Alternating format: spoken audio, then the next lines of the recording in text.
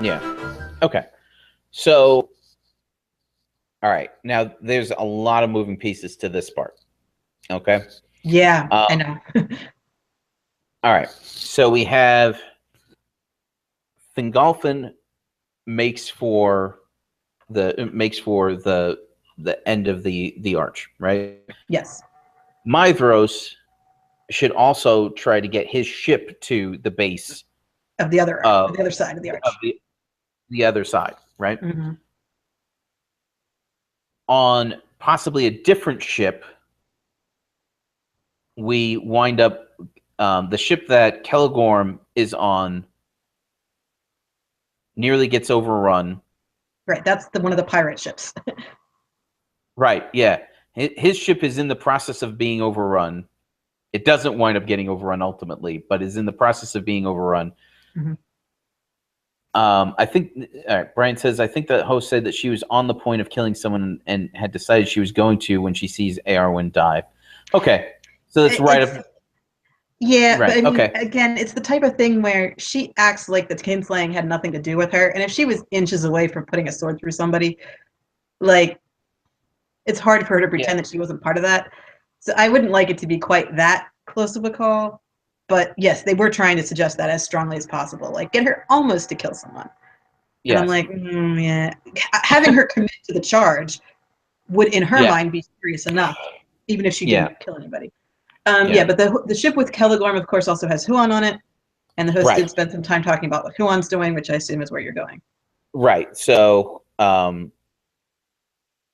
I can see Juan intervening. Like so, Kelagorm Mm-hmm. gets cornered. Mm-hmm. Juan intervenes Mm-hmm. and possibly gets the Teleri to back down because like who wants any of that? Yeah, and I wouldn't be surprised if he goes as far as tossing people in the water. Like he's a dog; he can grab someone and Yeah. toss them. Yeah. Yeah. So, Well, actually, but he doesn't need to. He doesn't didn't they really need to want rip him to anyone's not throats out. right?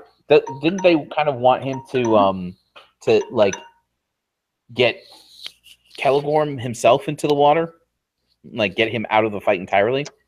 Yeah, I mean they they struggled with it a lot because they want Huon to be the conscience of the Hmm. Noldor, Right. but at the same time he's a very loyal dog, and his master is part of the Hmm. kinslaying, a Right. very active participant in the kinslaying.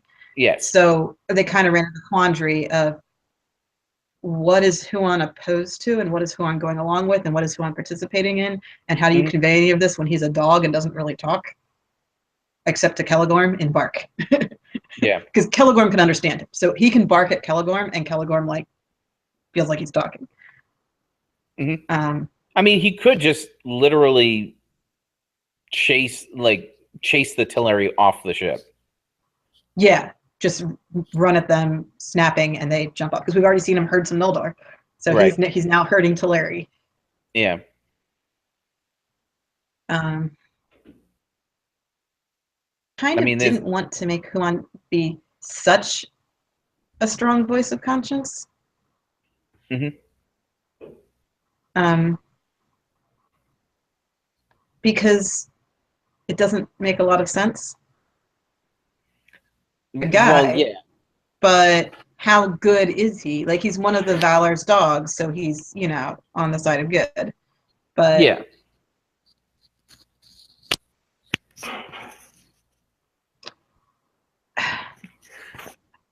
I there mean, seemed to I be a little think bit. that. There seemed to be a little bit too much. Like, oh no, Huon is good and pure and perfect and would never do a kinslaying. It's like, except he totally did, guys. Like, you have to kind of own up to that. That Huon does what he's told, and Right. I mean, he's sicked on Luthien, and he goes and fetches her and drags her to Kelagorm against her will. Right. That's how they meet. Like, so Huon is not opposed to doing things that are a little bit negative. Yeah. Once he here's the bigger picture, especially with Luthien, he changes his mind. But Right. Luthien has to explain a lot to him before he changes his mind there. I think he could also go along with Caligorm here. I'm defending my master, and these people are here, and I'm going to chase them off and not really stop and think about the fact that elves are dying. Right. Okay. So having him chase them off, but not necessarily murder anybody, might be the move there. Right. Okay. All right. I feel like Feanor is making headway, no problem. I think that we will see some elves getting taken out by the arrows from above, but we should also see that armor works. That armor works. Yes, one of the most irritating things that I find in movies is when people get wounded through armor, like armor isn't a thing. Which is what leads.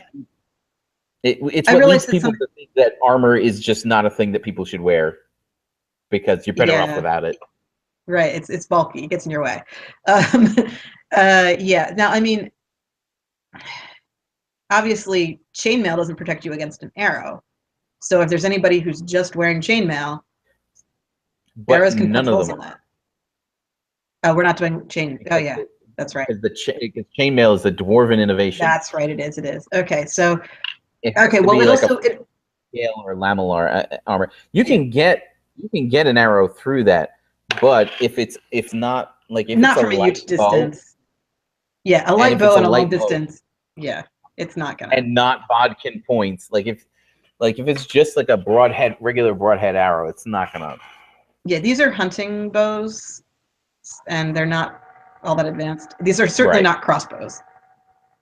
No, they're not crossbows. They're not even. They're not compound bows. Yeah, exactly. They're just bows for going deer hunting or something. Right. We're probably talking like 60, 70-pound bows here. Which, yeah. I mean, somebody gets it in the face or in the neck. Mm-hmm. That's the end of that. If they're, climbing up in the ship and they get one in their armpit, like that does it. Yeah. Wherever there's gaps in the armor, but. Right. Yeah. So there should be people that are biting it, but not not in droves. Right. They're not getting just decimated from. Right. It's still a one-sided massacre. Right.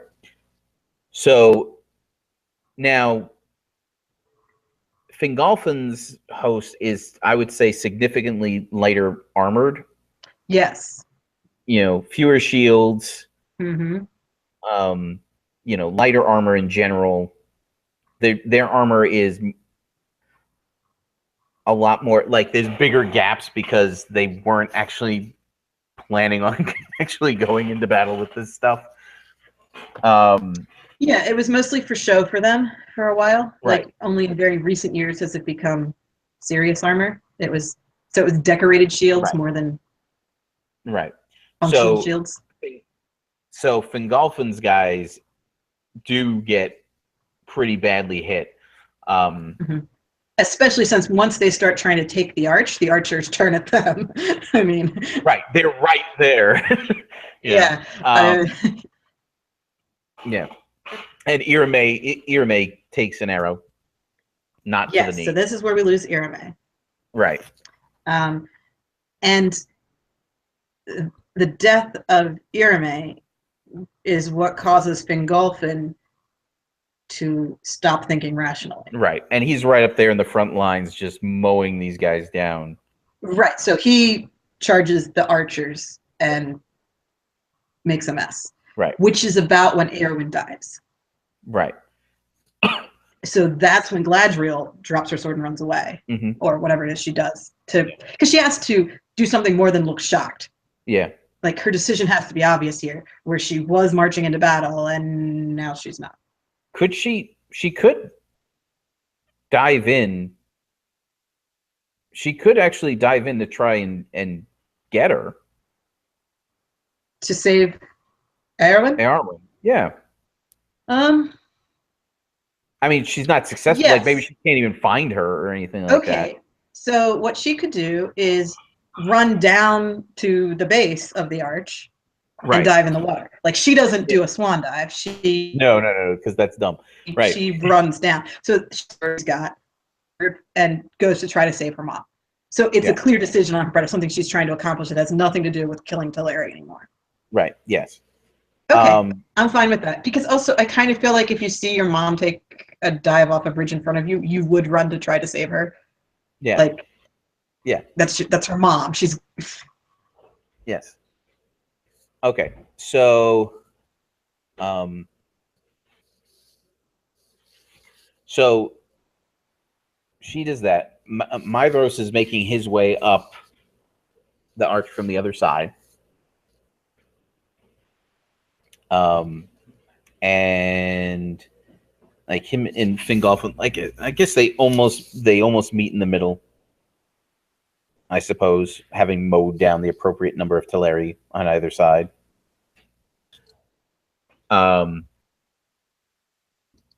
Do we want to get a shot of the Valar being sad at any point in any of this?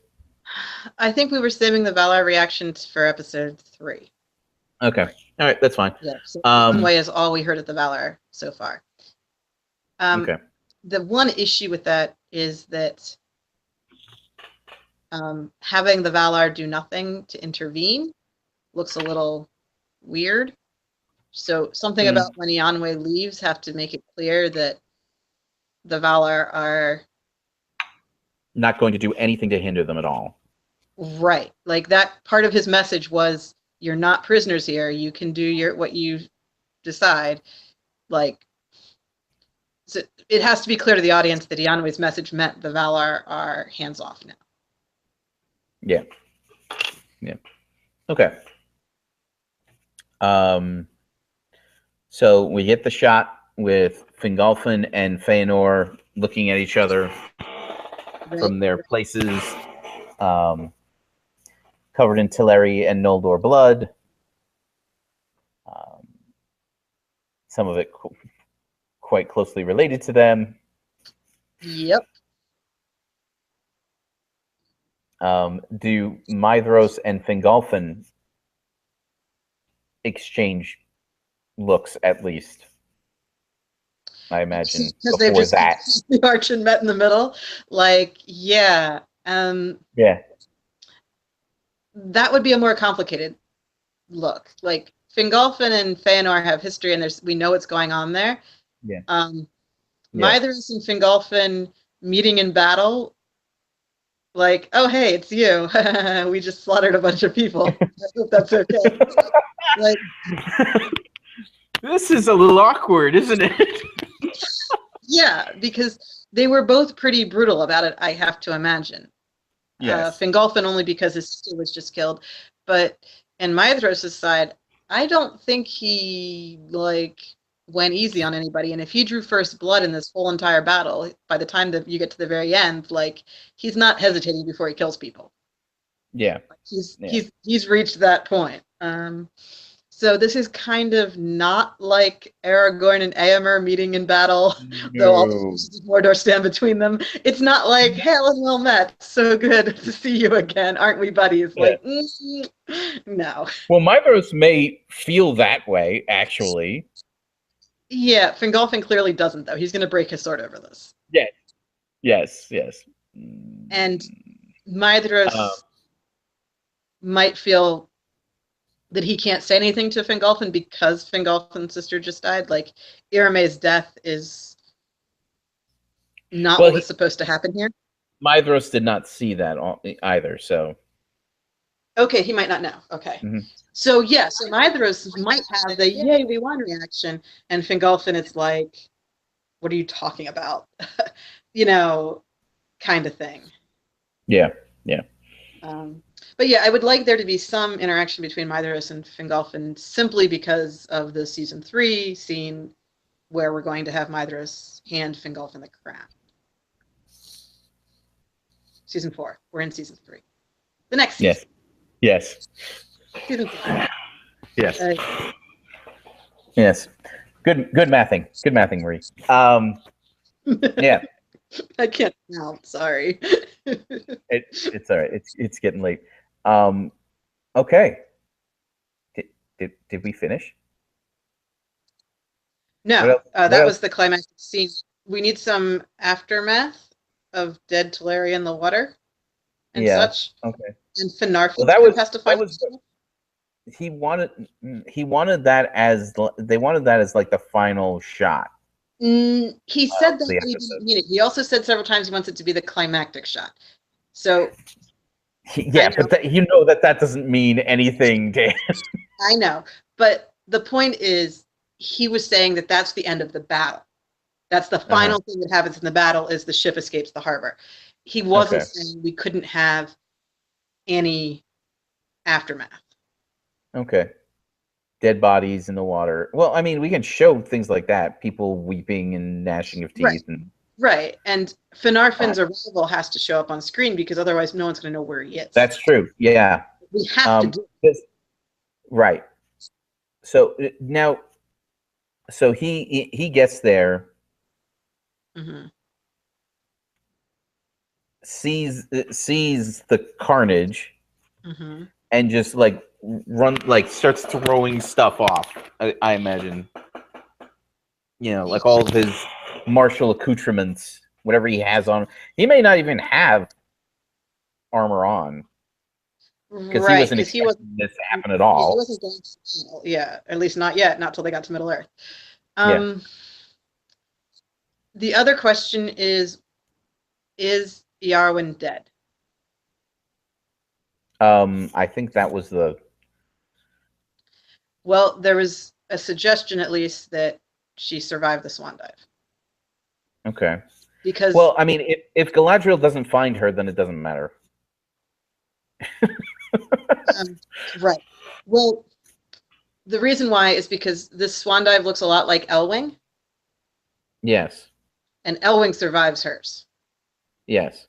Now, we don't need Iarwen later, so if we do decide to kill her here, it's not the end of the world. But if she's alive, she's being dragged out of the water by surviving Teleri at some point. And Finarfin would find her. Finarfin, who's coming upon the scene and being terrified, would find his nearly drowned wife. Yes. If she's dead, he kind of needs to find her dead body because that's what's going to matter to him is her death. Right. Yeah. Yeah. So Amari is with Finarfin, I guess, is the...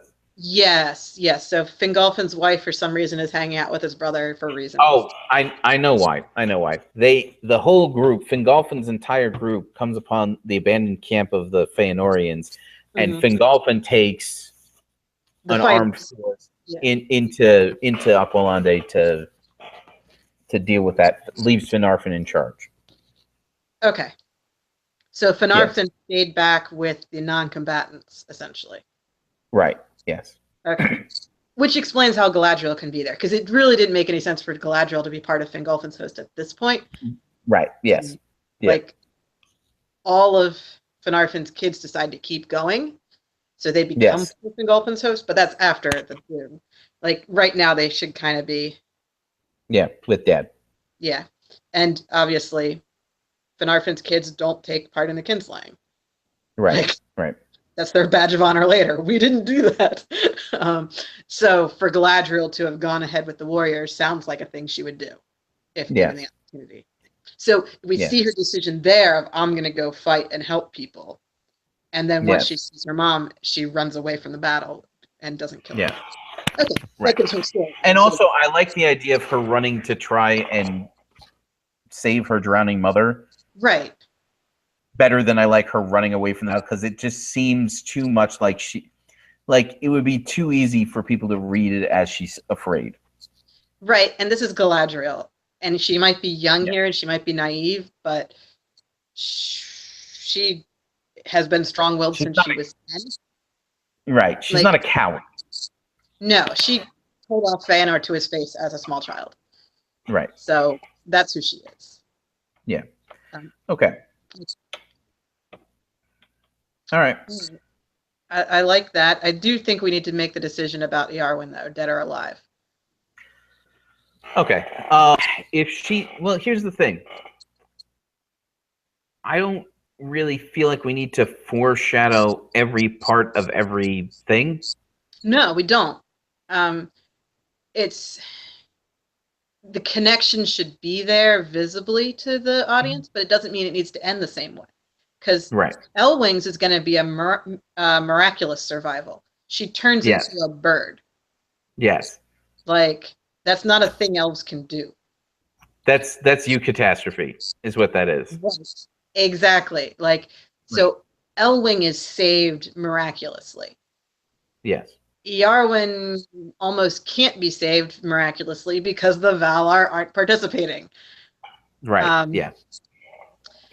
So we would have to have like Uinen sneak in and save her if we were going to do a miraculous save. The question is, Yeah, could but she? I feel like if Uinen was there, she wouldn't be reserved enough to not act. Exactly. It doesn't work. We can't have miraculous things happening here. The question is that a survivable fall? And that depends on how high the arch is and how hardy elves are, which is a design choice. And, you know. Well, here's the thing. Like, if she's jumping off because out of grief, Mhm. her spirit could leave her body Before no matter what. Like, Galadriel could actually find her body, and she's already dead, and there's nothing Galadriel can do about it. Okay. That's doable.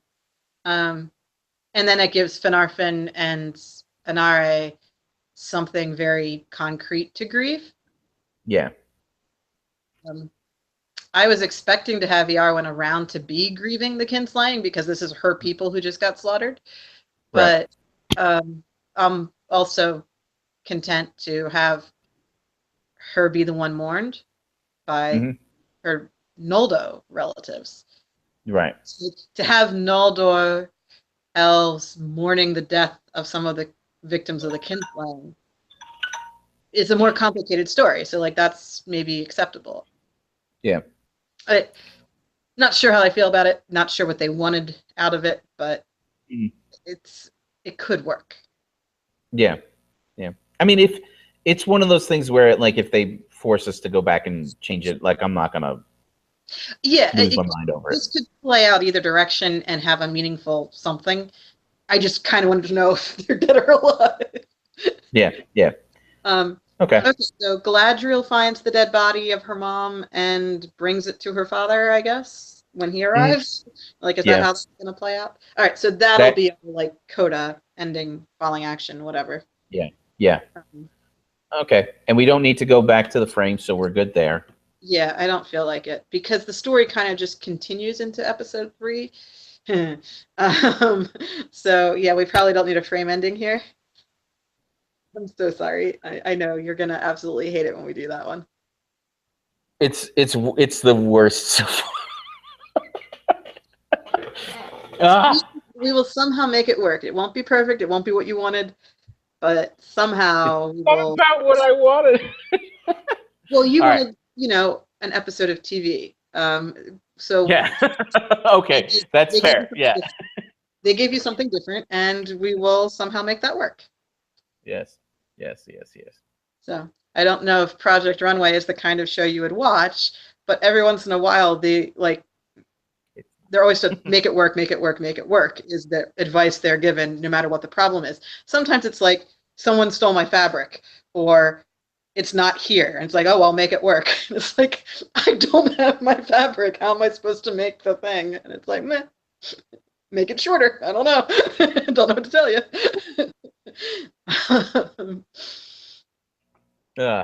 Anyway. Yeah. Anything else that we're not thinking of? I think we got all the main characters that we needed to into it. Yeah. Potentially the Valar. Was that my phone? That was the most terrifying thing ever. I'm so sorry. It's such a nightmare, I guess. Anyway. We can do that every few minutes too. Oh well. Yeah, I think we got all the main characters doing what they had to do. Okay. If we need to have the Valar do something in a scene, then we'll have to work it back in. But I think for now, we're good. Okay. I think this is actually manageable. I think this is worked. It's going to be a long action scene. It's going to be a long action sequence. Yes, but this show doesn't get very many of those, so I don't mind this one playing out like that. Reveling in a little bit of carnage every once in a while. No, I don't mean it like that. I mean, when Tolkien... This is also the first battle between elves. This is the first battle with elves in it, by the way. Yeah, exactly. And it should feel new and surprising and terrifying to everyone involved. So you have to kind of build up to that. And part of what Tolkien does really well with his battles is they tend to have stages. Yes, I was gonna say they come and go in waves. So like different parts of the battle are progressing more or less well for different sides, and then something changes and everything goes a different direction, and then something else happens, and so he kind of plays out the battle by having key turning points, and that makes it interesting and riveting for the audience to like, what's going to happen next? Oh no! And now another change, and what's going on with this? And then the Battle of Minas Tirith is a blatant example of that, but he does it in other battles as well. Yeah, well, the Battle of Minas Tirith is probably, I mean, like, that was super easy. Like, I don't want to say it was easy to film, but that was a setup, right? That was a setup for a good battle sequence, if there ever was one. It's a well-written battle. Yeah. All right, let's finish off here then. If you have survived this whole thing watching live, I think there's one sad, solitary person who has made it through this whole thing. Thank you. If you're watching this in the future, definitely like and share the videos if you like and want to share them. Subscribe so that you can get all this cool stuff right to your computer or your mobile device when you need it. Check out the forums at forums.sigmauniversity.org, and all the stuff that Mythgard and Signum University have going there. Good times. All right. Good night, everybody.